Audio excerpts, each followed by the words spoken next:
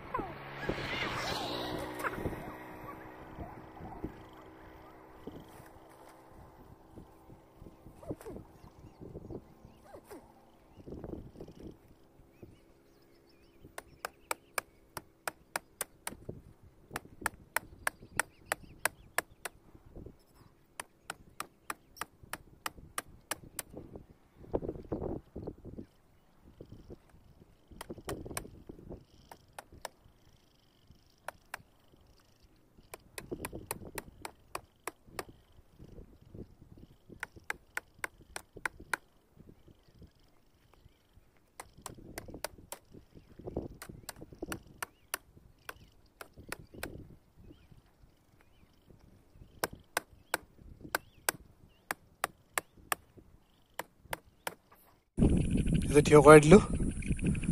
সেইটো থিয় কৰাই দিলোঁ স্কুটি কিনাৰত দেখিছে নহয় এইটো থিয় কৰাই দিলোঁ আৰু এটা আছে এইটো কৰিম এতিয়া